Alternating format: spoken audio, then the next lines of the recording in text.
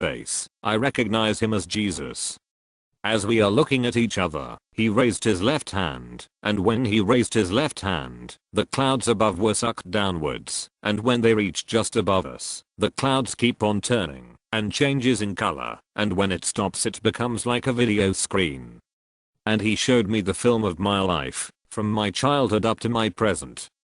And I notice that every time I do good, it just goes on normally, and I also notice that every time I commit a sin, suddenly it would go into slow motion, as if he wants to show us that what we have done is wrong, as if he wants to show us that what we have done is a sin. And because I have also committed bigger sins like what we call the mortal sin, every time it shows up, suddenly it would stop, came closer and enlarged it. Then I said to myself, why should this be included? There must be no word of censor in heaven, because it is just too bad to look at, but even if I closed my eyes I could still see it. Also I notice that every time I commit a sin, I could feel the heaviness. I could feel the weight. The more I commit a sin, the more the heaviness, the more the weight. And I also notice that every time I do good, for example, if I give something to the poor, I could feel as if I were floating. So it is really true what is written in the Bible, that whatsoever you do to the less of your brethren, that you do unto me. And I also notice that the sins I did not confess to a priest it is too heavy, and also I notice that the sins that I confess to a priest, it is lighter. And we cannot deny anything, because the screen is so big and very clear, and also the pictures are also big, and below the pictures are written the day, the month, the date and the year. And below that it is also written the hour, the minutes and the seconds. So, we cannot deny anything, even the seconds are recorded. In fact, he reviewed my film 3 times, and after a long conversation, he tapped my shoulder, and as he was tapping my shoulder, he said to me, you go back now, because you still have so many things to do. You still have so many things to finish. If I have something for you, or if I have a message for you, I will just appear to you in your dream. After he say that, I was at the ICU of the Changhua hospital. Suddenly I got up. I could feel my body so light and my head suppressed, that when I got up, I removed the oxygen from my nose. After removing oxygen, there is a tube going down into my intestine, so I slowly remove the tube, because it tickles me. And after removing the tube, I slowly remove the IV from my hand, and because there is a nurse who saw everything, and that she was so afraid that she ran away. In fact, she said, one of the heels of her shoes was broken. When the nurse returns she has other nurses, doctors and the technicians, they are all running, and when they reach me, they put me to bed again. And one of the doctors put on his telescope and examined me, and after a short examination, the doctor put off his telescope, put it beside him, and he asked for another. Meaning, he did not believe his telescope. He was given another telescope, and he put it on and re-examined me again, and after a long examination, the doctor looked at my ECG, because every bed in the ICU has its own ECG, and he said, since I was admitted at the ICU my ECG was just a straight line, but now they were so surprised, because my ECG was working normally, and because the technicians were already present, so they subjected me to X-rays, laboratory tests and brain scan. And now, all the results are in negative, meaning, I'm not sick. The doctors were all surprised, and they asked permission to have another set of examinations, because they said there might be something wrong with the apparatus. We consented, and they subjected me again to another ultrasound, laboratory tests and brain scan, all except the X-ray. And again, all the results were in negative, meaning, I'm not really sick. So the doctor said there is nothing now that we can really do, it is already a miracle. When I woke up at 8 o'clock in the morning of Friday. If you will count from 8 o'clock in the morning of Tuesday to 8 o'clock in the morning to Friday, that is exactly 3 days. And because of that, the media was alerted. The television, the radio and newspaper. And because our church, the Roman Catholic Church, do not easily believe in miracles, so it has to be investigated, and the investigation was led by Cardinal Vidiel of Cebu. Cardinal Vidiel leads the investigation in March. At the middle of September, Cardinal Vidiel released a letter confirming what happened to me. And he gives me an endorsement letter, so that I could give testimony around the world. One of the doctors, who was assigned to me at the ICU, he is not just an ordinary doctor, because when he took his medical examinations, he got the highest score all over the country, and when he entered the Changhua hospital, he was awarded as the most outstanding PGI doctor. He was assigned to me at the ICU from the very beginning, until I woke up. And because he cannot sleep anymore, so he entered the seminary to become a priest, and now he is already a priest. From March 1993 up to now, Jesus keeps appearing to me to my dream. That is also accepted by our local church. Because my spiritual director is MSGR Chris Garcia. He is one of the most holiest priests in Cebu, and he is also gifted. He has the gift of an elocution, in a telepathic voice, meaning he can also talk to Jesus. But he cannot see Jesus. But Jesus appears to me, to my dream, where I can see him, where I can talk to him, where I can touch him, where I can even embrace him. And what is best for us? Every time Jesus appears to me, he also tells my spiritual director, so there is a confirmation. That is why, wherever I go, it is embraced by the church. Also during my investigation, the doctors asked the priest, where does all that blood come from?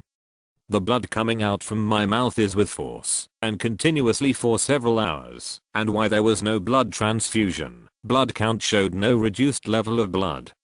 So the priest prayed, and after praying the answer, that this blood coming out from my mouth is for cleansing. I have to be cleansed, because I have to face the Lord, and they also said, that is it also said in the Bible, that whoever sees the Lord will have to die, so I have to die. But because I have a mission, so I have to live again. Also they ask me, why you? Why did Jesus choose you? So I answered them. Maybe because I'm nothing. Maybe because I have nothing to be proud of except for my sins. So, when I have a chance to talk with Jesus, I ask the Lord, my God, why me? I'm a sinner. I'm a sinful man. And Jesus answered, you cannot appreciate the beauty of my mercy, unless you experience the misery of sin.